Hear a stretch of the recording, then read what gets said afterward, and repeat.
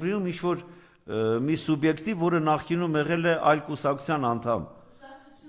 Կուսակցությունների ԼՀԿ, ԲՀԿ, այո, անունն էլ կարծեմ ինչ էր, Բլրիկ, Փոսիկ, Բլրիկ, Սարիկ, երևի Սարիկ։ Եվ այս անձը 5 տարի առաջ ասում էր, որ եթե Նիկոլ Փաշինյանի իշխանությունը վերարտադրվի, ապա Հայաստանի կործանում է։ Եղբայրասպանություն է։ Եվ հիմա սա Նիկոլ Փաշինյանի թեկնածուն է։ Դուք տեսեք, սրանք այնպիսի կադրային խեղճ ողորմելի վիճակում են հայտնվել, որ այլ մարդ չեն կարողանում ներգրավել իրենց ընտրություններում։ Եվ ստորաբար հայտարարում է, որ տեսեք 18 թվականից հետո Հայաստանում որևէ ընտրակեղծիքներ չեն եղել։ 2 տասնյակից ավել